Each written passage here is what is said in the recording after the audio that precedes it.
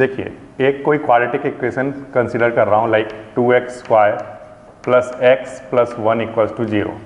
ठीक है, इस क्वाड्रेटिक इक्वेशन को हम कंसिडर कर रहे हैं। क्वाड्रेटिक इक्वेशन के जो सॉल्यूशन है वो हम पिछली क्लासों में देख कर आ चुके हैं। लाइक क्लास 10th में हमने क्वाड्रेटिक फॉर्मूला से इसको सॉल्व करना सीखा था। 9th क्लास में हमने मिडिल टर्म से स्प्लिट करके इसके जीरोज निकालने सीख लिए थे।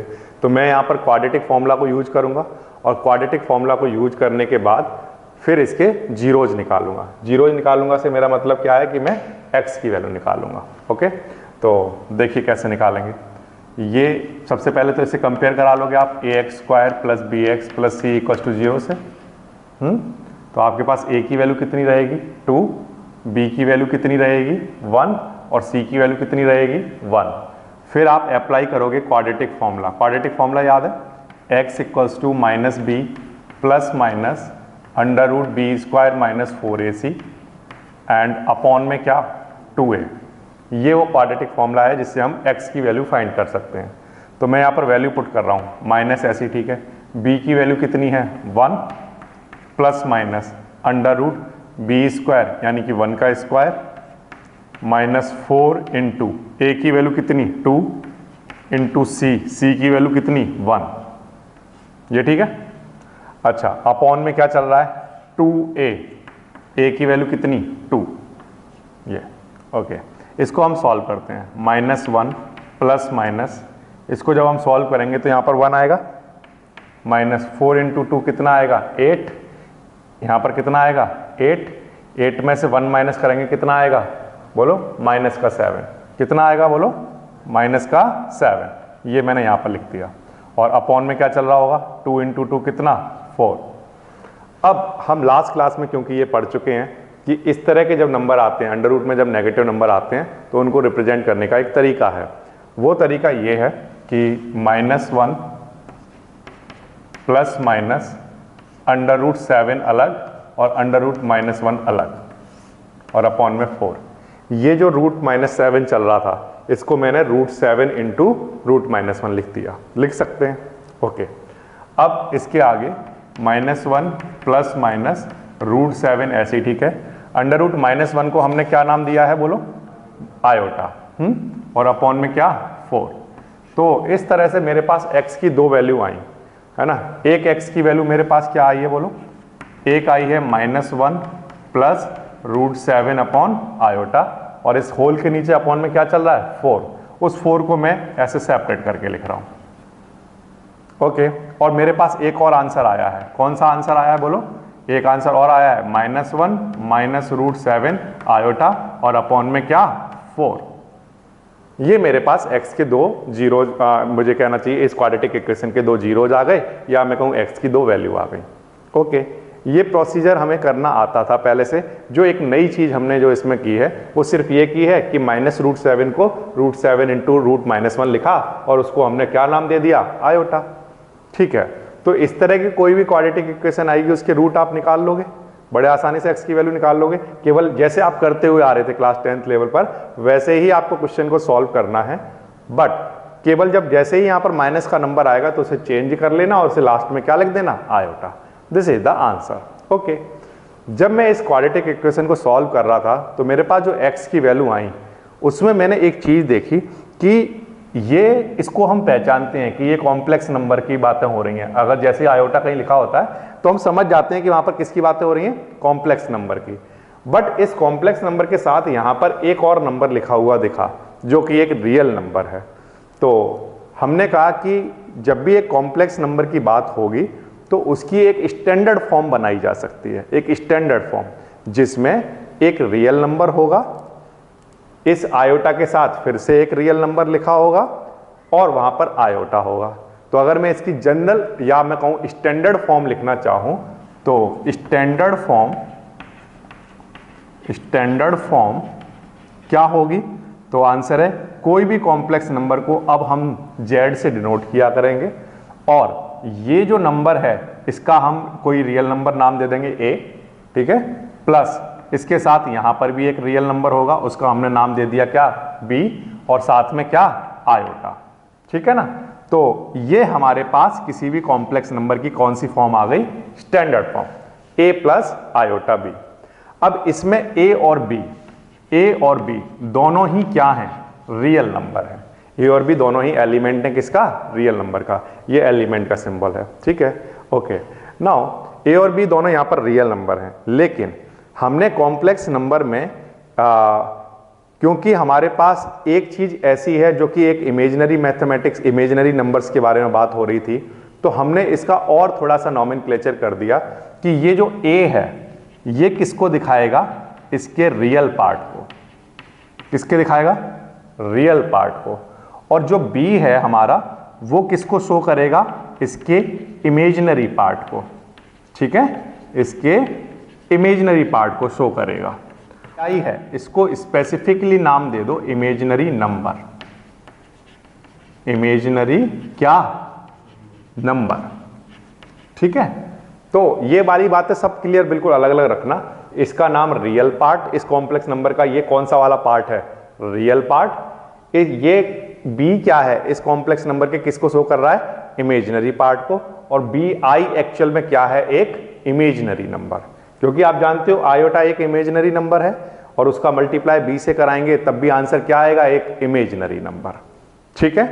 अच्छा, अब ये हमारी जो स्टैंडर्ड फॉर्म है, इस स्टैंडर्ड फॉर्म में हम एक काम और समझ सकते हैं, एक चीज और समझ सकते हैं। देखिए यहां पर स्टैंडर्ड फॉर्म के मैं कुछ आपको एग्जांपल दे रहा हूं, जैसे 2 + 3 आयोटा, ये क्या है? एक स्टैंडर्ड फॉर्म है या नहीं है? तो आंसर है हाँ है। ये एक स्टैंडर्ड फॉर्म है जिसमें ये हमारा कौन सा पार्ट है? Real part. ये हमारा 3 किसको रिप्रेजेंट कर रहा है? इमेजिनरी पार्ट को। अब मैं आपको एक नंबर देता हूं इस तरह से, मैंने आपको नंबर दिया 2 - 3 आयोटा, ठीक है। इसमें ये हमारा कैसा पार्ट है? रियल। और -3 हमारा कैसा पार्ट है? -3 कैसा पार्ट है? Imaginary part, okay. अगर मैं आपसे इमेजिनरी नंबर पूछूं तो आप क्या बोलोगे? 3 आयोटा, है ना।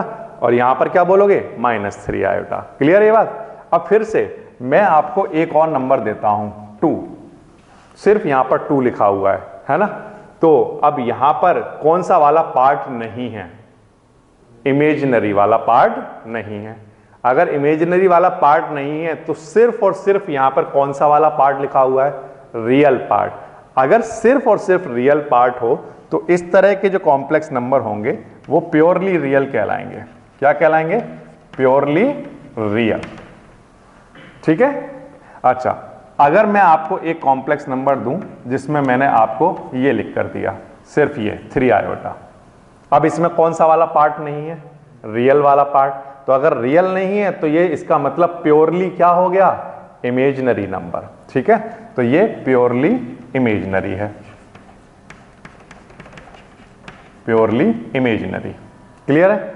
इसको स्टैंडर्ड फॉर्म में इस तरह से लिखा जा सकता है 2 + क्या? 0 आयोटा, ठीक है। इसको भी स्टैंडर्ड फॉर्म में इस तरह से लिखा जा सकता है 0 + 3 आयोटा। यहां तक बात आ गई समझ में? कोई प्रॉब्लम नहीं, ठीक। अच्छा, अब इसके आगे की बात मैं आपको बताता हूं कि किसी भी कॉम्प्लेक्स नंबर को, किसी भी कॉम्प्लेक्स नंबर की जो स्टैंडर्ड फॉर्म होती है वो आपने बताई मुझे a + आयोटा b। ये जरूरी नहीं है कि किसी कॉम्प्लेक्स नंबर को इसी तरह से रिप्रेजेंट किया जाए। उसको रिप्रेजेंट करने के डिफरेंट मेथड हो सकते हैं।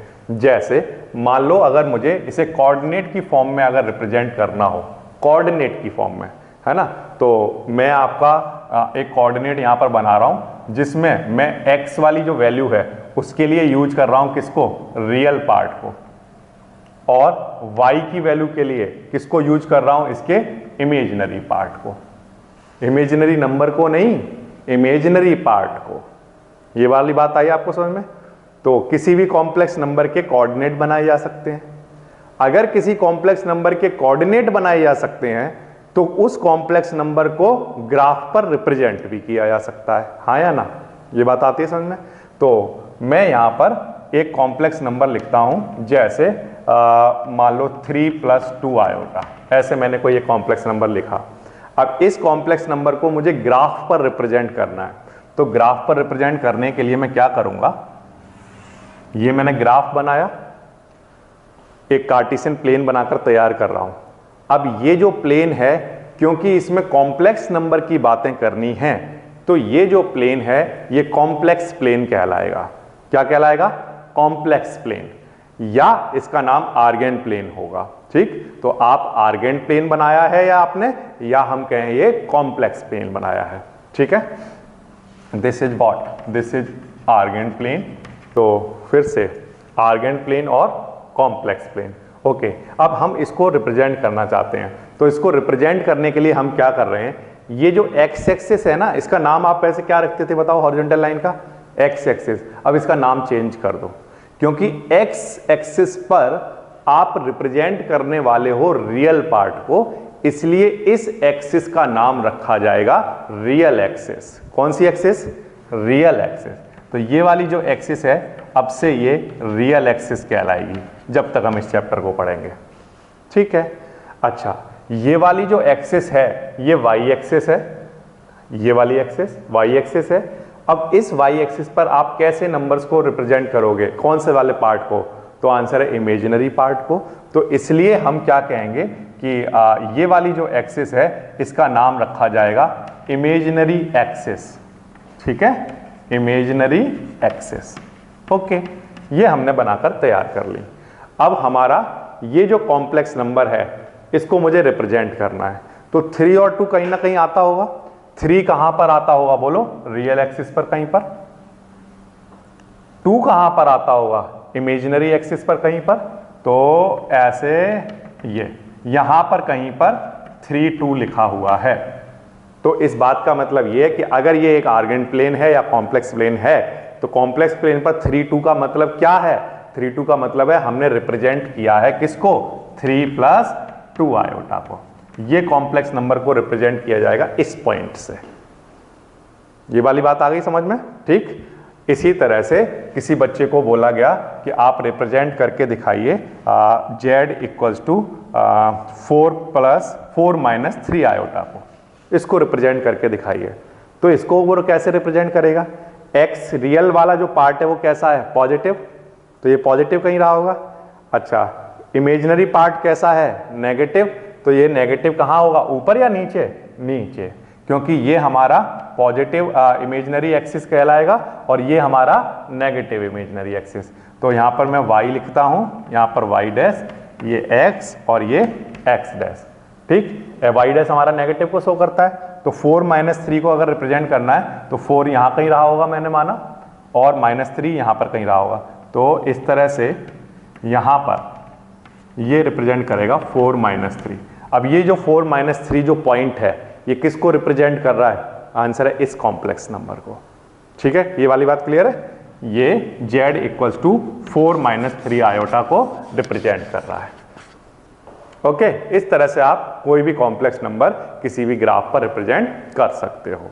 ठीक है, तो फिर से हमारे पास कोई भी क्वाड्रेटिक इक्वेशन हो, इस तरह से कोई भी हमारे पास क्या है? Quadratic equation. इस क्वाड्रेटिक इक्वेशन का हम सॉल्यूशन जैसे करते आए हैं वैसे ही करेंगे, बस यहां पर किसको इंट्रोड्यूस कर देंगे? आयोटा को। ओके, फिर यहां से जब भी हम सॉल्यूशन निकालते थे तो हमें हमेशा ये दिखता था कि वहां पर एक रियल पार्ट और एक इमेजिनरी पार्ट भी देखने को मिलता है। तो इसलिए हमने स्टैंडर्ड फॉर्म जो कॉम्प्लेक्स नंबर की बनाई वो क्या बनाई? a + आयोटा b, जिसमें a रियल पार्ट है, b हमारा इमेजिनरी पार्ट है और bi हमारा कैसा नंबर है? इमेजिनरी, कोई भी नंबर इमेजिनरी। ठीक है, यहां तक बात आ गई समझ में? रियल पार्ट को रिप्रेजेंट करने के लिए re लिखेंगे कि real part of z = what? a and imaginary part of z = b, and any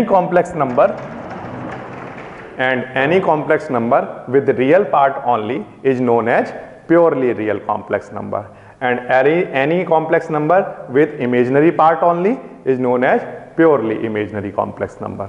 Okay, and any complex number can be drawn on a graph, and that graph is known as, and that plane is known as complex or argand plane, and here it can be written as in the form of order pair a and b. Here a is real part and b is imaginary part.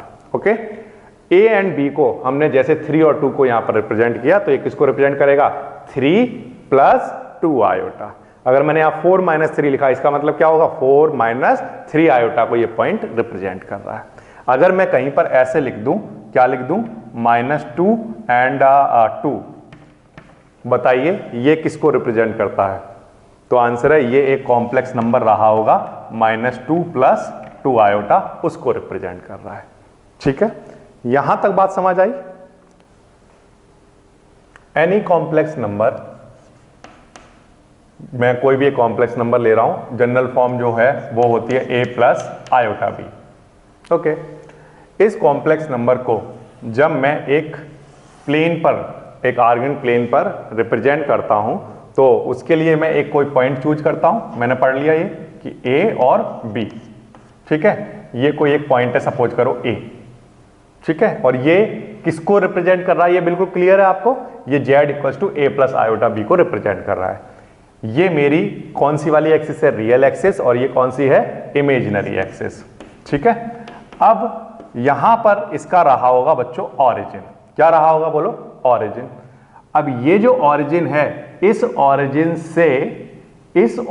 से इस complex number को represent करने वाले point तक की distance, इस origin से, origin तो एक ही होगा, या मैं ऐसे पढ़ूं कि वो पॉइंट जो कि इस कॉम्प्लेक्स नंबर को रिप्रेजेंट कर रहा है से ऑरिजिन तक की distance modulus of complex number कहलाती है। क्या कहलाती है, मॉडुलस ऑफ कॉम्प्लेक्स नंबर। ठीक, मतलब क्या है इस बात का, इस बात का मतलब ये है कि मैं a से यहां पर एक परपेंडिकुलर ड्रॉ कर रहा हूं। क्या ड्रॉ कर रहा हूं, एक परपेंडिकुलर। ठीक है, ओके, ये परपेंडिकुलर जब मैंने ड्रॉ किया, ये रियल एक्सिस को पॉइंट बी पर कट करता है, तो ये मेरे पास क्या बन के तैयार हो गया, एक ट्राइंगल। ट्राइंगल का नाम क्या है, ट्राइंगल का नाम है सर AOB। क्या नाम है, AOB। इस ट्राइंगल में मेरे पास अगर मैं पाइथागोरस थ्योरम लगाऊं, ठीक है, क्या लगाऊं, पाइथागोरस थ्योरम, तो अगर यहां पर a लिखा हुआ है, इसका मतलब o से लेकर b तक की डिस्टेंस कितनी रही होगी बोलो, a। एक्स एक्सिस की भी वैल्यू कितनी रही होगी, ये डिस्टेंस a। यहां पर b लिखा हुआ है, इसका मतलब ये डिस्टेंस कितनी रही होगी बोलो, b, हाइट b रही होगी, तभी तो ये पॉइंट a एंड b बना होगा। अच्छा, अगर मैं OA निकालता हूं, OA ये, तो OA का स्क्वायर हम जानते हैं किसके इक्वल होगा, बेस का स्क्वायर प्लस परपेंडिकुलर का स्क्वायर। ये ठीक है, यहां से स्क्वायर हटाइए, तो स्क्वायर जब आप हटाएंगे तो अंडर रूट में क्या आ जाएगा, a² + b²। ये आएगा या नहीं आएगा बोलो, आएगा। और यहां पर क्या बचा हमारे पास, OA।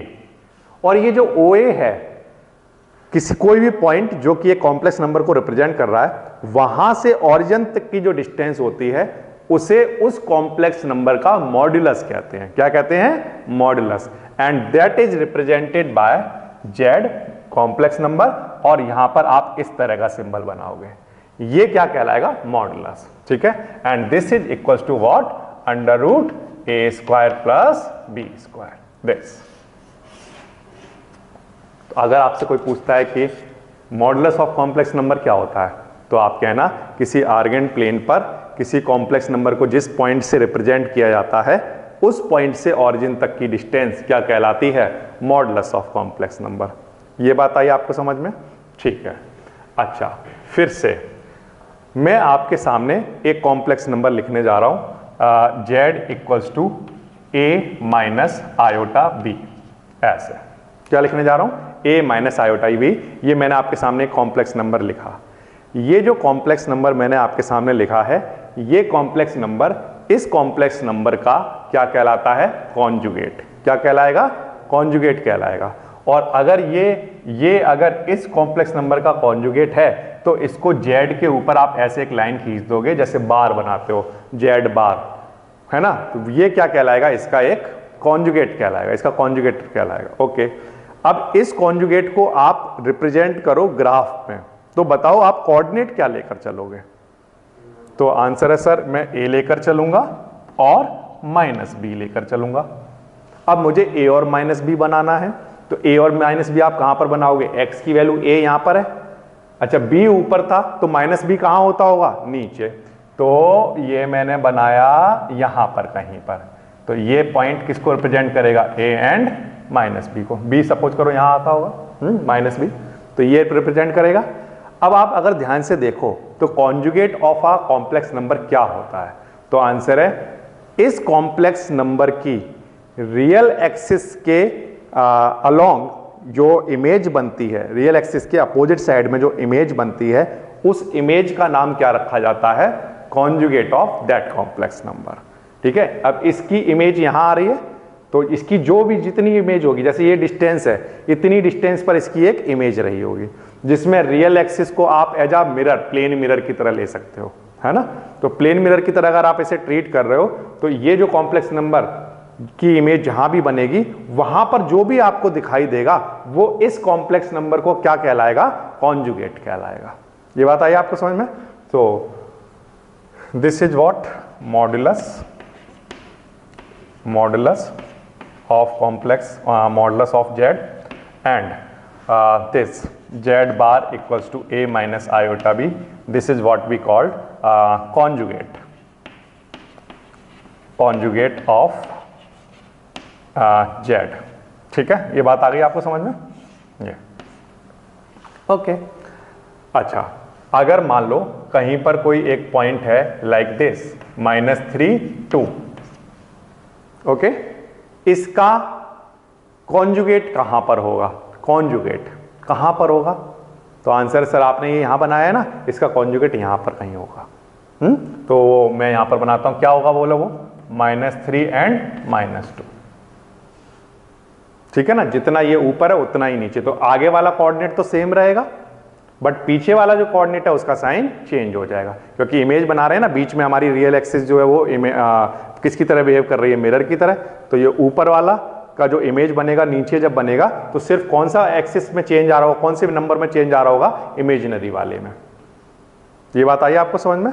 इस तरह से आप रिप्रेजेंट कर सकते हो कॉन्जुगेट को ग्राफ पर। यहां पर एक देखने वाली बात यह है कि जेड का जब हमने मॉडुलस निकाला, अगर हम जेड बार का मॉडुलस निकालें तो जेड बार का मॉडुलस अगर हम निकालें तो वो क्या आएगा, तो आंसर है, उसका आंसर भी यही बनेगा। ये क्या है, -b, और ये क्या है, a। जब आप इसको सॉल्व करोगे तो इसका आंसर भी कितना आएगा बोलो, √a² + b², क्योंकि -b का स्क्वायर क्या बन जाएगा, b²। तो जेड बार का आंसर भी यही आएगा, जेड बार के मॉडुलस का आंसर भी यही आएगा। इसका मतलब ये है कि हमने एक रिजल्ट ये बनाया है कि किसी भी कॉम्प्लेक्स नंबर का जो मॉडुलस होता है उसके कॉन्जुगेट का मॉडुलस भी वही होता है, दिस। ठीक है, क्लियर हुई ये वाली बात। हमारे पास एक, मैं सबसे पहले तो एक प्लेन तैयार कर रहा हूं। कौन सा प्लेन, आर्गन प्लेन। इस आर्गन प्लेन में ये हमारे पास रियल एक्सिस है जिसको हम x एंड x' से डिनोट कर रहे हैं। ये हमारे पास इमेजिनरी एक्सिस है जिसको हम y से रिप्रेजेंट कर रहे हैं, और ये हमारे पास ऑरिजिन है। ठीक है, ये बात आ गई आपको समझ में। अब यहाँ पर मैं क्या कर रहा हूँ, कोई भी एक पॉइंट बना रहा हूँ। ठीक है, क्या कर रहा हूँ, कोई भी एक पॉइंट बना रहा हूँ और उससे एक कॉम्प्लेक्स नंबर को रिप्रेजेंट कर रहा हूँ। मैंने माना कि कोई एक कॉम्प्लेक्स नंबर है a + iota_b, ये कोई एक कॉम्प्लेक्स नंबर है और इसको रिप्रेजेंट किया जाएगा किसी भी पॉइंट a से, a एंड b से। ऐसे रिप्रेजेंट करोगे आप इसको, और a से लेकर o तक की जो डिस्टेंस होगी उसका नाम मॉडुलस ऑफ कॉम्प्लेक्स नंबर होगा। और ये जो मॉडुलस है, जो कि मॉडुलस जो ये चीज जो दिखा रहा है, ये जेड है ना, ये इस रियल एक्सिस के साथ एक एंगल बना रहा है थीटा। क्या बना रहा है, एक angle theta. And this angle theta is called argument. क्या कहलाता है, argument of complex number, argument of complex number. ठीक है, ये वाली बात क्लियर रहेगी आपको। ठीक, अच्छा, और मॉडुलस निकालने का तरीका क्या है सर, मॉडुलस निकालने का मैंने आपको तरीका बताया था कि जेड का जो बार होता है, जेड बार जो होगा हमारा, वो किसके इक्वल होगा बोलो, √a² + b² के। ठीक है, अच्छा, अब मैं आपके सामने एक चीज लिखता हूं, मेरी बात ध्यान से सुनिए। यहां पर कोई एक कॉम्प्लेक्स नंबर जो लिखा हुआ है a + iota_b, इस तरह से लिखा हुआ है। ठीक है, इस तरह से लिखा हुआ है। अब आप ध्यान से देखना, मैं अपनी तरफ से, ध्यान से सुनना मेरी बात, मैं अपनी तरफ से under root a square B square से मल्टीप्लाई करा रहा हूं और अपनी तरफ से under root a square B square से डिवाइड करा रहा हूं। मतलब इस बात का क्या मतलब है? इस बात का मतलब ये है कि under root a square plus b square से मैंने मल्टीप्लाई कराया और a प्लस आयोटा b को अपनी तरफ से under root a square plus b square से डिवाइड कराया। कर सकता हूं क्या नहीं कर सकता हूं? यस, कर सकते हो। ठीक है यहां तक। अब इसके आगे की बात सुनो। z ऐसे ही ठीक है, under root a square B square ऐसे ही ठीक है, कोई प्रॉब्लम नहीं इसमें। ये जो under root a square plus b square है इसको मैं a के साथ अलग लिख रहा हूं, a के नीचे अलग लिख रहा हूं और b के नीचे अलग लिख रहा हूं। ठीक है, लिखिए। तो a अपॉन क्या आएगा बोलो? Under root a square plus b square plus iota b under root a square plus b square, ऐसे ये आ जाएगा। ठीक है। अब इसके आगे की बात सुनिए आप ध्यान से। z ऐसे ही ठीक है, under root a square plus b square को मैंने थोड़ी देर के लिए under root a square plus b square को मैंने थोड़ी देर के लिए एक नाम दे दिया r, या आप इसे z का मॉडुलस कहते हो। आप कहते हो नहीं? अगर आप किसी चीज में कंफ्यूज ना हो तो चलो मैं इसको z का मॉडुलस ही कह देता हूं अभी थोड़ी देर के लिए, कि under root a square plus b square को आपने क्या नाम दिया है? z का मॉडुलस। ओके, अब मेरी बात आप ध्यान से सुनना। कहीं पर a upon under root a square plus b square लिखा हो, उसे क्या लिखा जा सकता है? ध्यान से देखो। यहां पर जब हम परपेंडिकुलर ड्रॉ करते हैं तो यहां पर एक ट्राइंगल बन के तैयार हुआ है। इस ट्राइंगल में अगर साइन थीटा निकाला जाए और कॉस थीटा अगर मैं आपसे पूछता तो आप क्या आंसर दोगे बताओ? अगर मैं आपसे पूछता साइन थीटा की वैल्यू बताओ कितनी है साइन थीटा की, तो आप क्या आंसर दोगे? आपने कहा 10th क्लास में हमने पढ़ा है कि साइन थीटा जो होता है वो होता है परपेंडिकुलर अपॉन हाइपोटेनस। यही तो आपने बताया। ये एक्चुअल में जो z बार है ये एक्चुअल में किसके इक्वल है? Under root a square plus b square के, है ना? तो b upon under root a square plus b square, ये इसका आंसर बनेगा। ठीक है। अगर मैं आपसे इस ट्राइंगल में कॉस थीटा पूछता तो आप क्या कहते बताओ? कॉस थीटा का फॉर्मूला क्या होता है? Base upon hypotenuse, a upon under root a square plus b square, ऐसा ही कहते। तो अब आप मुझे इसको देखकर बताओ ये क्या लिखा हुआ है? तो आंसर है z का मॉडुलस। ठीक है। a upon under root a square plus b square को आप क्या कहते हो बोलो? Cos theta. तो आपने यहां पर लिखा कॉस थीटा प्लस, और क्या चल रहा है यहां पर? आयोटा, आपने आयोटा लिखा। और क्या चल रहा है? b upon under root a square plus b square, उसको आप क्या कहते हो? Sine theta. ये आपने लिखा साइन थीटा और ये ब्रैकेट लगाया। ठीक है। ये आपके पास एक फॉर्म बन गई, ये कॉम्प्लेक्स नंबर की अब ये एक फॉर्म आ गई आपके पास। This form is called polar form of a complex number. This form is called what?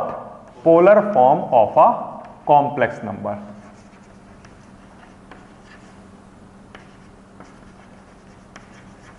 Complex number. ठीक है यहां तक? दिस अगर आपसे कोई भी पूछता है कि बताइए किसी भी कॉम्प्लेक्स नंबर की पोलर फॉर्म क्या होती है? पोलर का मतलब क्या होता है सर? पोलर का मतलब यह है कि वहां पर जो एंगल है, आर्ग्यूमेंट है, इसको हम आर्ग्यूमेंट कहते हैं। तो उस आर्ग्यूमेंट और मॉडुलस के टर्म में जो एक कॉम्प्लेक्स नंबर की फॉर्म होती है, किसी भी कॉम्प्लेक्स नंबर की, उसके मॉडुलस और उसके आर्गुमेंट के टर्म में जो फॉर्म होती है वो उसकी क्या कहलाती है? Polar form. जैसे इस कॉम्प्लेक्स नंबर, ये कॉम्प्लेक्स नंबर इक्वल है इस फॉर्म के, जैसे ये कॉम्प्लेक्स नंबर फॉर्म इसके इक्वल है, तो ये कॉम्प्लेक्स नंबर इसके इक्वल है, तो इस फॉर्म को हमने क्या कहा था? Standard form. ऐसे ही ये कॉम्प्लेक्स नंबर अब हमने कहा इसके इक्वल है, और इसमें इस फॉर्म में क्या क्या यूज किया गया? तो आंसर है उसका मॉडुलस यूज किया गया और उसका आर्गुमेंट यूज किया गया।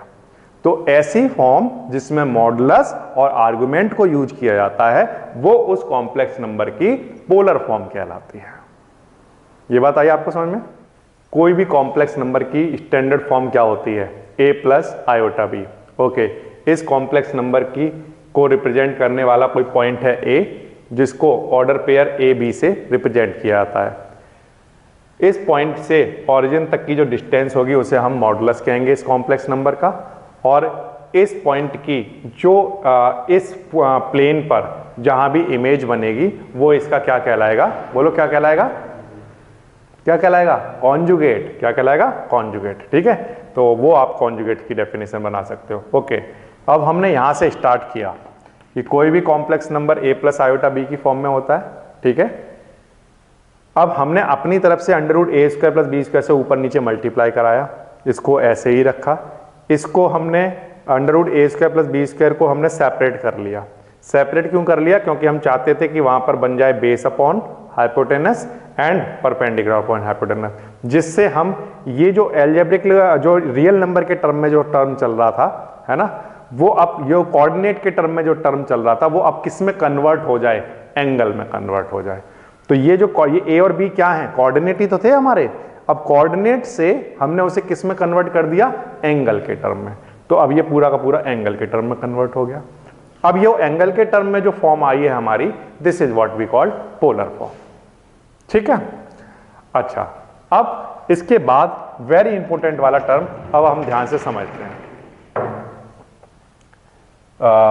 यहां पर मैं बनाता हूं एक प्लेन, और इस प्लेन पर मैंने एक कोई पॉइंट बनाया ए बी, जो कि एक कॉम्प्लेक्स नंबर इसको रिप्रेजेंट करेगा, z equals to a plus iota b को। ओके, रियल एक्सिस और इमेजिनरी एक्सिस ये मैंने बनाया, ये ऑरिजिन है। ओके, इस पॉइंट का ऑरिजिन के साथ यहां पर जो एंगल बन रहा है, ऑरिजिन के साथ जो एंगल बनेगा वो, उसका नाम हमने क्या रखा? आर्ग्यूमेंट। अब आर्ग्यूमेंट को निकालने का हमारे पास एक तरीका है बच्चों, बताओ क्या तरीका है? हमारे पास तरीका ये है कि ये a है, ये b है, तो अगर हम चाहें तो हम डायरेक्टली क्या tan थीटा निकाल सकते हैं इस ट्राइंगल में। tan थीटा का फॉर्मूला क्या होता है बोलो? b upon perpendicular upon base. तो tan थीटा किसके इक्वल होगा हमारा? b अपॉन a के इक्वल, ये आ जाएगा b अपॉन a। ठीक, तो यहां से अगर मैं थीटा की वैल्यू निकालूं तो वो किसके इक्वल आएगा बोलो? tan inverse b upon a के। ये हमारा फॉर्मूला बना किसके लिए बोलो? आर्ग्यूमेंट निकालने के लिए।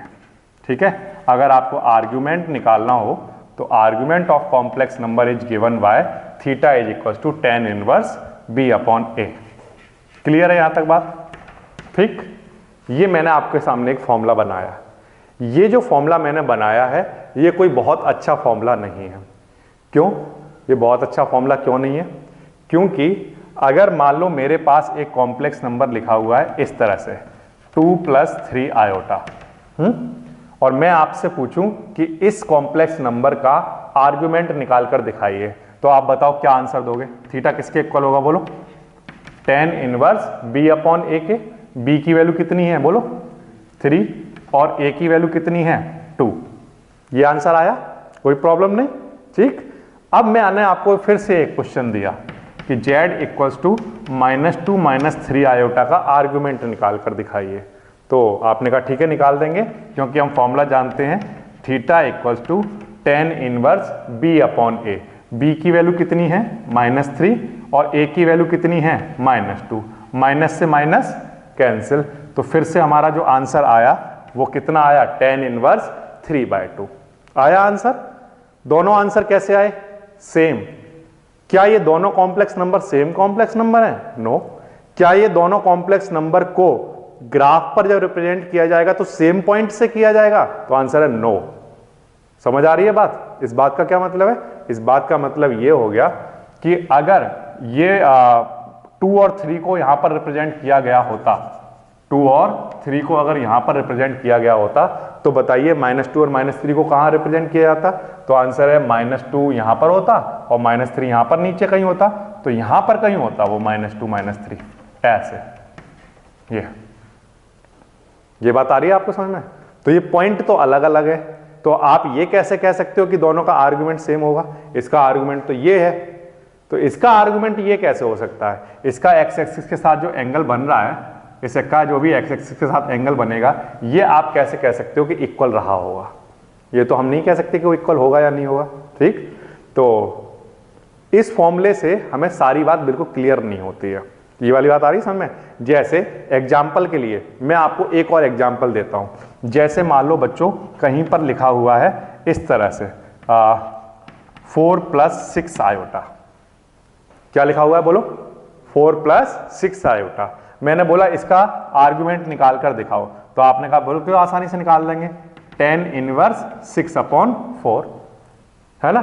2 से इसको कैंसिल कराइए, तो 2 से जब कैंसिल कराओगे तो यहां पर 3 आएगा और यहां पर 2 आएगा, तो फिर से आंसर क्या आया, tan इनवर्स 3/2। क्या इस कॉम्प्लेक्स नंबर और इस कॉम्प्लेक्स नंबर को एक ही पॉइंट से रिप्रेजेंट करोगे, आंसर है नो सर। अगर 2 3 वहां पर आ रहा है तो 4 और 6 कहां पर आता होगा, 4 थोड़ा आगे और 6 कहीं पर ऊपर कहीं जाकर आता होगा, यहां पर कहीं आता होगा। तो इस बात की क्या गारंटी है कि उसका भी आर्गुमेंट सेम रहा होगा, ये हम कुछ गारंटी नहीं दे सकते इस बात की, ठीक। तो इसका मतलब ये कोई बहुत अच्छा फॉर्मूला नहीं है, ठीक। तो इसलिए हम एक काम करते हैं, हम एक काम ये करते हैं कि इस आर्गुमेंट के लिए डिफरेंट क्वाड्रेंट के लिए थीटा को अलग अलग डिफाइन करेंगे, अलग अलग तरह से डिफाइन करेंगे कि अगर इस क्वाड्रेंट का क्वेश्चन है तो आर्गुमेंट का फॉर्मूला ये होगा, इस आर्गुमेंट का इस क्वाड्रेंट का क्वेश्चन है तो इसका फॉर्मूला ये होगा। कैसे होगा वो आप समझो वन बाय वन। सबसे पहले मैं आपको फर्स्ट क्वाड्रेंट का फॉर्मूला दिखा रहा हूं, सुनिए ध्यान से। ये कोई पॉइंट है, सपोज करो पॉइंट P, जो कि एक कॉम्प्लेक्स नंबर को दिखा रहा है और ये एंगल बना रहा है थीटा, ठीक है। तो कौन से क्वाड्रेंट की बात हो रही है बोलो, फर्स्ट क्वाड्रेंट की बात हो रही है। तो फर्स्ट क्वाड्रेंट में हमें कोई प्रॉब्लम ही नहीं है, फर्स्ट क्वाड्रेंट में तो हमें कोई प्रॉब्लम नहीं है। जैसे हमारा जो आर्गुमेंट का जो आंसर होगा, आर्गुमेंट जो है हमारा थीटा जो है, वो थीटा की जो भी वैल्यू होगी वो हम ले लेंगे, कोई प्रॉब्लम नहीं आएगी हमें, ठीक है। हमने थीटा को थोड़ी देर के लिए किसी और एंगल के इक्वल मान लिया, मान लो अल्फा के इक्वल। किसके इक्वल मान लिया, अल्फा के इक्वल। तो जो थीटा की वैल्यू होगी वो किसके इक्वल हो जाए करेगी, अल्फा के इक्वल, ठीक। लेकिन जब हम सेकंड क्वाड्रेंट पे पहुंचेंगे, कहां पर पहुंचेंगे, सेकंड क्वाड्रेंट पर, तो सेकंड क्वाड्रेंट के केस में क्या होगा उसको आप ध्यान से समझना। सेकंड क्वाड्रेंट के केस में ये होगा कि हमारा पॉइंट यहां पर कहीं लाई करेगा, पॉइंट P हमारा यहां आ चुका होगा, A एंड B, और ये ऑरिजिन के साथ एक्स एक्सिस के साथ एंगल बना रहा होगा ये। अब हमारा एंगल ये हो गया अल्फा, अब हमारा एंगल ये बन गया अल्फा। अब हमारा थीटा कितना हो चुका है बताओ, थीटा हमारा कौन सा होता था, ये। अब जब ये वाला पॉइंट यहां से यहां पहुंचेगा तो थीटा तो हमारा इतना बड़ा हो चुका होगा ना, समझ में आ रही बात, थीटा हमारा इतना बड़ा हो चुका होगा। तो उस केस में आप थीटा अगर आपको निकालना है, ये एंगल अगर आपको निकालना है, तो बताओ ये थीटा किसके इक्वल होगा। तो बिल्कुल आसान है इसको निकालना, आप ध्यान से देखो कैसे निकालोगे। ये पूरा एंगल बताओ कितना है, 180 डिग्री। कितना है, 180, जिसको आप पाई कहोगे रेडियन में। तो ये एंगल कितना है, पाई, पूरा एंगल पाई है। पाई में से अल्फा हटा दो तो कितना बचेगा, इतना एंगल बच जाएगा जितना हमें चाहिए है। तो ये किसके इक्वल है, थीटा हमारा पाई माइनस अल्फा के इक्वल। फिर से इतना एंगल बताइए किस कैसे निकाला जाएगा। तो आंसर टोटल एंगल पाई है, पाई में से क्या माइनस कर दो, अल्फा, तो ये एंगल निकल कर आ जाएगा। तो जो पहले थीटा हमारा अल्फा के इक्वल था, अब वो थीटा हमारा किसके इक्वल है, पाई माइनस अल्फा के इक्वल। तो यानी कि जब सेकंड क्वाड्रेंट का आर्गुमेंट निकाला जाएगा तो उस केस में हमारा जो थीटा होगा वो कैसे निकाला जाएगा, तो आंसर है पाई माइनस अल्फा के इक्वल लिखकर, ठीक है। फिर पाई माइनस अल्फा के इक्वल करके निकाला जाएगा। इस बात का क्या मतलब है, इस बात का मतलब ये है कि जैसे आपको अल्फा की वैल्यू आपको पता है यहां पर 45 डिग्री है, सपोज करो कितनी है, 45 डिग्री है ना। अब अगर ये वाला पॉइंट सेकंड क्वाड्रेंट में होगा तो अब एंगल की वैल्यू आप 45 नहीं लिखोगे, कितनी लिखोगे, 180 माइनस 45। वही जो वैल्यू फर्स्ट क्वाड्रेंट में होती है उसकी वही एंगल की वैल्यू आप सेकंड क्वाड्रेंट में जब वो पहुंच जाएगा पॉइंट, तो अब आप उसे 45 ना लिखकर क्या लिख रहे होगे, 180 माइनस 45 लिख रहे होगे। तो आपका एग्जैक्टली वही आर्गुमेंट का आंसर आ जाएगा जो आना चाहिए, ठीक। अब ऐसे ही मान लो थर्ड क्वाड्रेंट पर आप पहुंचे, तो यहां पर बना देता हूं,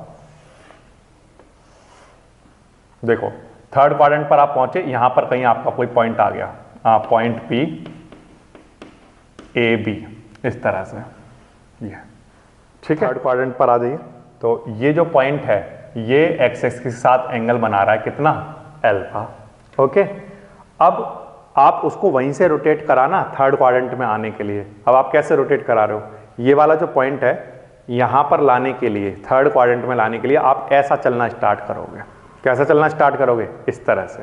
तो जब आप इस तरह से चलोगे तो आपके थीटा ये होगा, यही तो होगा आपका थीटा। पहले आप एक्स एक्सिस से चले तो थीटा आपका ये बना था, अब आपको थीटा बनाना है तो इधर बनाओगे, तो अब आपका थीटा की वैल्यू ये आई।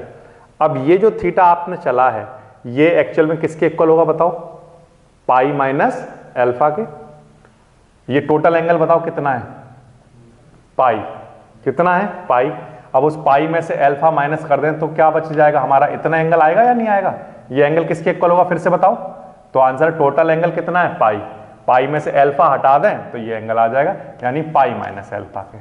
बट जब हम ऐसा चलते हैं तो हम उसको पॉजिटिव लेते हैं, लेकिन जब हम ऐसा चलेंगे तो हम उसको कैसा लेंगे, नेगेटिव। कैसा लेंगे, नेगेटिव। तो आप ऐसी डायरेक्शन चले थे ना, इसलिए जब आप थीटा को इसको लिखोगे तो इसके आगे किसका साइन लगाओगे, माइनस का। किसका साइन लगाओगे बोलो, माइनस का साइन। ये बात आई आपको समझ में, ठीक। और इस माइनस को जब आप सॉल्व करोगे तो ये माइनस का पाई बन जाएगा, और माइनस माइनस क्या बन जाएगा, प्लस का अल्फा। तो यानी कि थर्ड क्वाड्रेंट की अगर हम बात करें, थर्ड क्वाड्रेंट की अगर हम बात करें तो जो थीटा होगा हमारा वो किसके इक्वल होता होगा बोलो, माइनस पाई प्लस अल्फा के। इस बात का क्या मतलब है, इस बात का मतलब ये है कि अगर आपको अल्फा पता है 45 डिग्री है, अल्फा कितना है 45 डिग्री है, तो वो पॉइंट अगर हमारा कहां पर बन रहा हो, थर्ड क्वाड्रेंट में, वही पॉइंट अगर वैसा हमने कहां बनाए, थर्ड क्वाड्रेंट में, तो उस केस में वहां पर आर्गुमेंट किसके इक्वल रहा होगा। अगर फर्स्ट क्वाड्रेंट में आर्गुमेंट अल्फा के इक्वल है, तो अगर ये पॉइंट यहां पर कहीं बना होगा थर्ड क्वाड्रेंट में, तो उस केस में आर्गुमेंट कितना हो चुका होगा, तो आंसर है माइनस पाई प्लस अल्फा के इक्वल हो चुका होगा, ठीक। अब इसके बाद एक और हम निकालते हैं, वो है फोर्थ क्वाड्रेंट। फोर्थ क्वाड्रेंट की बात करो, देखो ध्यान से। जैसे मान लो हमारा कोई पॉइंट है वो यहां पर आ गया, पॉइंट ए बी, तो हमारा एंगल बनेगा इस तरह से, यहां पर एक्स के साथ कितना एंगल बनेगा, अल्फा। अब आप मुझे एक बात बताओ कि यहां पर जब आप ऊपर जा रहे थे तो थीटा आपने अल्फा की तरफ, अल्फा के इक्वल कहा था, पॉजिटिव अल्फा के इक्वल। तो जब आप नीचे की तरफ आओगे तो ये पॉजिटिव अल्फा होगा या नेगेटिव अल्फा, तो आंसर है नेगेटिव अल्फा। जब आप ऊपर की तरफ चलते हो तो पॉजिटिव लेते हो चीजों, फिर उतना ही एंगल नीचे की तरफ चलोगे तो कैसा लोगे, नेगेटिव। तो इसका मतलब ये किसके इक्वल हो जाएगा, नेगेटिव अल्फा के इक्वल। तो यानी कि फोर्थ क्वाड्रेंट में अगर हमारे पास वो पॉइंट हो तो वो इक्वल होगा थीटा उस केस में किसके इक्वल, माइनस अल्फा के इक्वल। अब ये जो मैंने आपको दिखाया है इसमें आपको आधी बात समझ आई, आधी, 50% ओनली, क्योंकि इसको मैं आपको एक एग्जाम्पल लेकर दिखाता हूं, तब आपको इसकी पूरी पिक्चर क्लियर हो जाएगी कि एक्चुअल में मैं जब कहता हूं कि अल्फा होगा और अगर वो थर्ड क्वाड्रेंट होगा तो वो पाई माइनस अल्फा के इक्वल हो जाएगा या इसके इक्वल हो जाएगा। ये जब मैं चीजें कह रहा हूं तो ये मैं अभी जनरलाइजेशन कर रहा हूं, इसको मैं एक एग्जाम्पल लेकर आपको समझाता हूं, तब आपको ये बात समझ आएगी कि किस क्वाड्रेंट में एंगल को कैसे यूज करना है। तो उसके लिए मैं एक एग्जाम्पल यहां पर लिखता हूं, देखिए।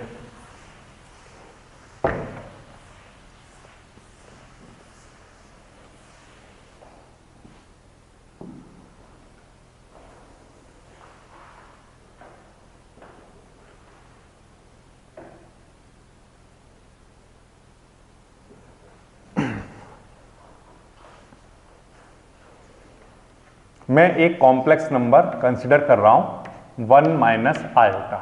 ध्यान से देखेंगे क्या कंसीडर किया, 1 माइनस आयोटा। ओके, अब मुझे क्या करना है, इस कॉम्प्लेक्स नंबर की दो चीजें निकालकर बतानी है। दो, कौन कौन सी, पहली आप मुझे निकालकर बताइए इसका आर्गुमेंट, और दूसरा आप मुझे इसका मॉडुलस निकाल कर दीजिए। और अगर आप मॉडुलस और आर्गुमेंट निकाल लोगे तो फिर आप उसकी आसानी से क्या लिख पाओगे, पोलर फॉर्म। ठीक है, तो हम पोलर फॉर्म तक पहुंचेंगे। पहले इस क्वेश्चन को ध्यान से समझेंगे कि एक्चुअल में चल कैसे रही हैं चीजें। ठीक है यहां तक, अच्छा। तो देखिए सुनिए ध्यान से, यहां पर z को मैंने कंपेयर कराया किससे, a प्लस आयोटा b से। तो मेरे पास a की वैल्यू कितनी आ गई, 1, और b की वैल्यू कितनी आ गई, -1। ठीक, तो अब अगर मॉडुलस निकालना हो इस क्वेश्चन का, मॉडुलस, तो मॉडुलस का फॉर्मूला क्या होता है? तो आंसर है under root a square plus b square. तो इसको हम सॉल्व कर लेते हैं। क्या आएगा बोलिए? अंडर रूट ए की वैल्यू कितनी? 1 का स्क्वायर प्लस बी की वैल्यू कितनी? -1 का square.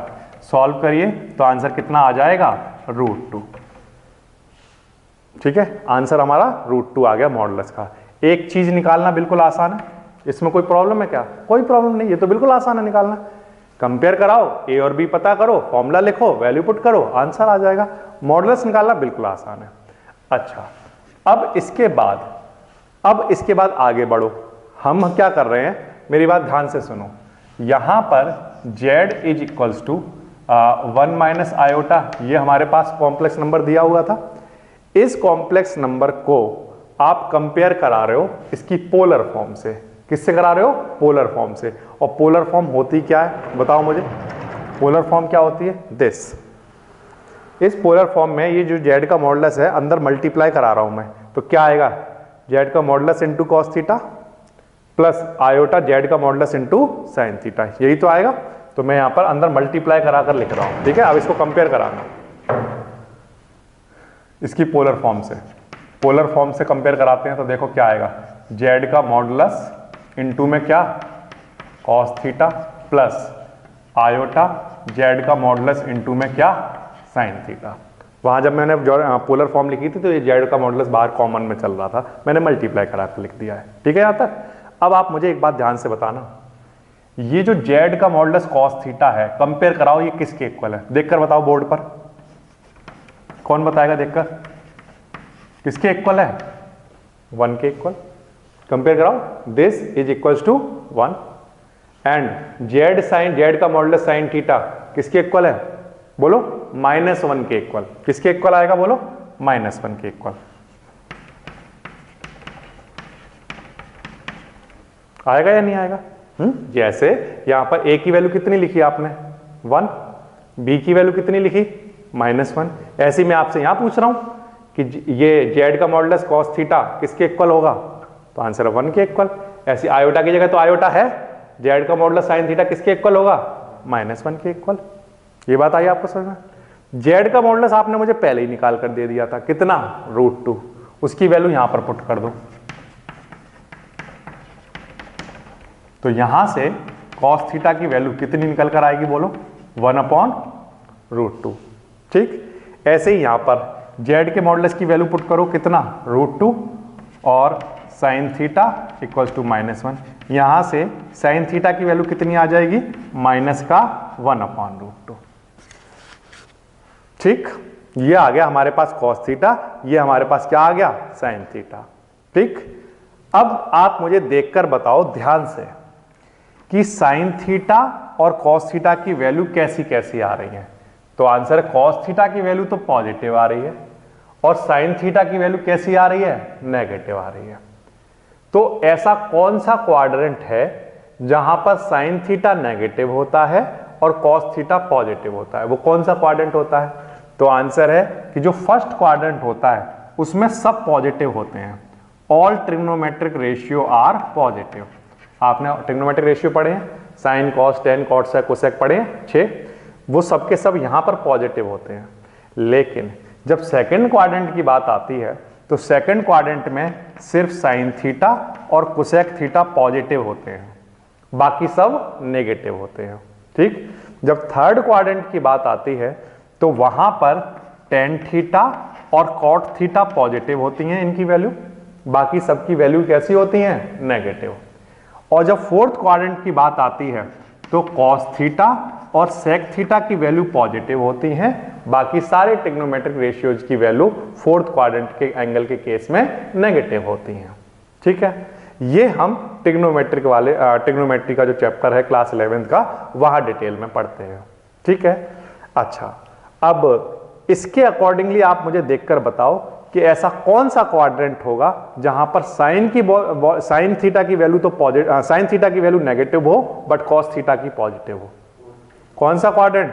Fourth quadrant. Fourth quadrant में कॉस थीटा पॉजिटिव होता है, बट यहां पर साइन थीटा कैसा रहा होगा, नेगेटिव। तो कौन सा क्वाड्रेंट मिला आपको, फोर्थ क्वाड्रेंट। अब आ जाओ फोर्थ क्वाड्रेंट पर। फोर्थ क्वाड्रेंट के केस में आर्गुमेंट किसके इक्वल होता है, माइनस एल्फा के। किसके इक्वल होता है बोलो, माइनस एल्फा के। अब आपको यह बात समझ आएगी कि जो थीटा की वैल्यू है वो इक्वल होनी चाहिए किसके, माइनस एल्फा के। माइनस ऐसे ही ठीक है, ये एल्फा कहां से लाएं, तो आप 10th लेवल पर जो वैल्यूज पढ़कर आए थे वो फर्स्ट क्वाड्रेंट की पढ़कर आए थे, याद है, सिर्फ 0 से 90 तक ही पढ़कर आए हो। तो 0 से 90 जो क्वाड्रेंट होता है वो कौन सा होता है, 0 से 90 फर्स्ट क्वाड्रेंट, उसमें तो सारी वैल्यू पॉजिटिव होती हैं। तो मैं आपसे ये पूछता हूं कि कॉस थीटा की वैल्यू 1/√2 कब होती है। जब आपने 10th फर्स्ट क्वाड्रेंट में अगर पूछा जाए कि कॉस थीटा के लिए थीटा की एंगल कितना होना चाहिए कि उसकी वैल्यू 1/√2 हो, तो आंसर है 45 डिग्री। कॉस 45 की डिग्री की वैल्यू कितनी होती है बोलो, 1/√2। ठीक है, तो इसका मतलब एल्फा की वैल्यू कितनी हुई, 45 डिग्री। अब हमने इसको कहां पर इमेजिन किया, फर्स्ट क्वाड्रेंट में, कि फर्स्ट क्वाड्रेंट में अगर ये होता तो 1/√2 वैल्यू कौन से एंगल पर आती बोलो, 45 डिग्री पर। 45 डिग्री का मतलब हो गया π/4। π/4 कैसे आप इसको लिखते हो, 45 डिग्री का आप कन्वर्ट कैसे करोगे पाई में, तो आंसर है कि 45 डिग्री के लिए हम 180 डिग्री को डिवाइड किस नंबर से कराएं कि आंसर 45 आ जाए, तो आंसर 4 से। 180 डिग्री को किस नंबर से डिवाइड कराएं कि आंसर 45 आ जाए, तो आंसर है 4 से। और 180 को हम लोग क्या कहते हैं बोलो, पाई। तो इसका मतलब 45 को हम क्या लिख सकते हैं, π/4। ये आप ट्रिग्नोमेट्री वाले चैप्टर में पढ़ते हो। ठीक, तो इसका मतलब एल्फा की वैल्यू हमारी कितनी है, π/4। ठीक है, या आप इसको ऐसे भी समझो, साइन थीटा की वैल्यू कितनी आई, माइनस का 1/√2 है। अब मैं ये कह रहा हूं आप इस माइनस को भूल जाओ, आप साइन थीटा को ये तो जानते हो कि 1/√2 कब होता है, ये तो आपने पढ़ा है, तो आंसर 45 डिग्री पर। तो वही हमारा किसका वैल्यू हो गया, एल्फा का। वो एल्फा की वैल्यू यहां पर पुट करनी है आपको। और ये आप पहले से जानते हैं कि फोर्थ क्वाड्रेंट में जो थीटा होता है वो किसके इक्वल होता है, माइनस एल्फा के इक्वल। तो ये आपका आंसर आया किसका, आर्गुमेंट का। अब आप क्या लिखोगे, इसकी पोलर फॉर्म। क्या लिखोगे, पोलर फॉर्म। तो पोलर फॉर्म क्या होती है, तो आंसर है polar form is equals to z bar, z का मॉडुलस और cos theta plus iota sine theta, यही तो होती है। तो जेड बार की जेड का मॉडुलस की वैल्यू कितनी आई थी, √2, और कॉस ऐसे ही ठीक है। थीटा की वैल्यू हमारी कितनी निकल कर आई है बोलो, माइनस का π/4 प्लस आयोटा साइन ऐसे ही ठीक है। थीटा की वैल्यू बताओ कितनी आई है, माइनस का π/4। थीटा की जगह सब जगह क्या लिखेंगे, माइनस का π/4, ये हमारा आर्गुमेंट है। और जेड का मॉडुलस को हम क्या लिखेंगे, √2। ये हमारा फॉर्म बना कौन सा, पोलर फॉर्म। तो पोलर फॉर्म निकालने के लिए आपने क्या क्या किया, सुनिए ध्यान से। सबसे पहले हमने निकाला मॉडुलस। मॉडुलस निकालना बिल्कुल आसान है, √a² + b² करो, आंसर आ जाता है। ठीक है, एक काम हो गया। अब दूसरा काम क्या है, दूसरा काम ये है कि हमारा जो a है उसको हम किसके इक्वल रखते हैं बोलो, जेड मॉडुलस कॉस थीटा के इक्वल। वहां से हमारे पास किसकी वैल्यू आ जाती है, कॉस थीटा की, क्योंकि जेड मॉडुलस तो आप पहले ही निकाल चुके थे, तो कॉस थीटा की वैल्यू आ जाती है। ऐसे ही जो हमारा b होता है, b उसको हम किसके इक्वल रखते हैं, जेड मॉडुलस साइन थीटा के। तो वहां से हमारे पास किसकी वैल्यू आ जाती है, साइन थीटा की। अब कॉस थीटा पता है, साइन थीटा पता है, तो हम ये जान चुके होते हैं कि कौन सी चीज पॉजिटिव है और कौन सी नेगेटिव। तो हमने देखा साइन नेगेटिव है और कॉस पॉजिटिव है। साइन नेगेटिव कॉस पॉजिटिव कौन से क्वाड्रेंट में होगा, फोर्थ क्वाड्रेंट में। और फोर्थ क्वाड्रेंट में आर्गुमेंट किसके इक्वल होता है, तो आंसर है माइनस एल्फा के इक्वल होता है। ठीक है, तो माइनस ऐसे ही लिखा। एल्फा कहां से पता करें, तो आप बिल्कुल सिंपल ही सोचो कि 1/√2। आप मत सोचो कि यहां माइनस लिखा है प्लस लिखा है, वो मत सोचो। 1/√2 कॉस पे कब होता है, तो आंसर 45 डिग्री पर। तो यानी कि -45 डिग्री हमारा किसका आंसर हो गया, थीटा का आंसर। ठीक है, अब आपको थीटा पता है, मॉडुलस पता है, अब आपको पोलर फॉर्म में वैल्यू पुट करनी है। तो जेड के मॉडुलस की जगह √2 लिखोगे और यहां पर दोनों जगह थीटा की जगह क्या लिख रहे होगे बोलो, माइनस का π/4।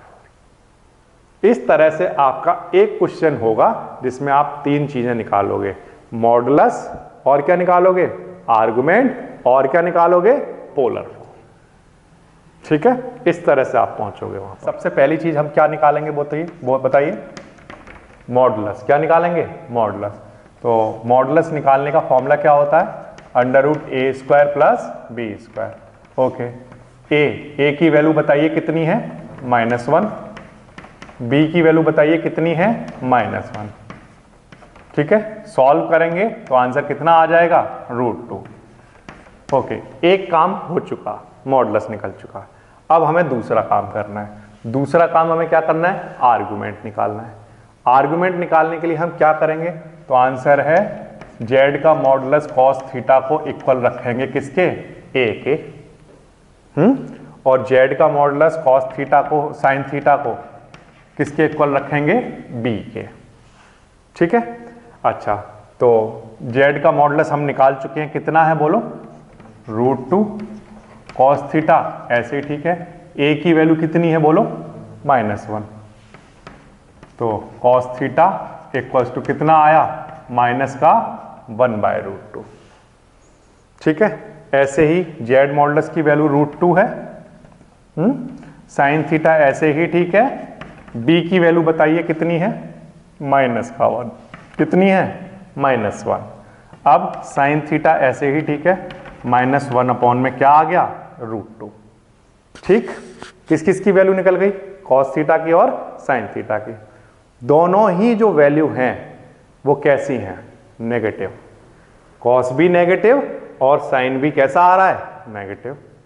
cos भी नेगेटिव, sin भी नेगेटिव, कौन से क्वाड्रेंट में होता है, तो आंसर है फर्स्ट में तो होगा नहीं, सेकंड में तो sin पॉजिटिव होता है, cos में ये पॉजिटिव होता है, फोर्थ में cos पॉजिटिव होता है। तो हमें तो ऐसा चाहिए जिसमें sin और cos दोनों नेगेटिव हो। तो जो थर्ड क्वाड्रेंट है उसमें tan और cot पॉजिटिव होते हैं, बाकी सब नेगेटिव होते हैं। तो इसका मतलब sin और cos यहां पर क्या होते होंगे, नेगेटिव। तो इनको देखकर, साइन को देखकर आपको पता चल गया कि कौन सा क्वाड्रेंट की बातें हो रही हैं बोलो, थर्ड क्वाड्रेंट की। थर्ड क्वाड्रेंट में जो हमारा आर्गुमेंट होता है वो किसके इक्वल होता है, तो आंसर है -π + के अल्फा के। किसके इक्वल होता है बोलो, -π + अल्फा के। तो यहां पर मैंने थीटा की जगह लिख लिया, ये इक्वल होगा -π + अल्फा के। ओके, ठीक है। अब आप मुझे सिर्फ अल्फा की वैल्यू बताओ क्या होगी। तो आंसर है कि cos में सिर्फ ये देखो, आपको माइनस साइन से कोई लेना देना नहीं। cos में 1/√2 आप क्या पढ़कर आए हो, 45 डिग्री पर, 45 डिग्री पर ही तो पढ़कर आए हो।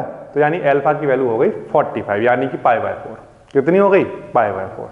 वो वैल्यू आपको अल्फा की यहां पुट करनी है, π/4।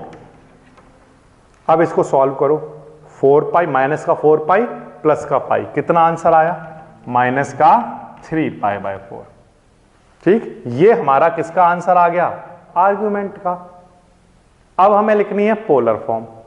तो पोलर फॉर्म का फॉर्मूला क्या होता है बोलो, जेड का मॉडुलस, जेड का मॉडुलस ब्रैकेट में क्या, cos थीटा, थीटा की जगह क्या लिख रहे होगे बोलो, -3π/4 प्लस आयोटा, और क्या होता है, sin थीटा, sin थीटा की जगह क्या लिख रहे होगे, -3π/4। यस, ठीक है। इस तरह से ये हमारी पोलर फॉर्म आ गई।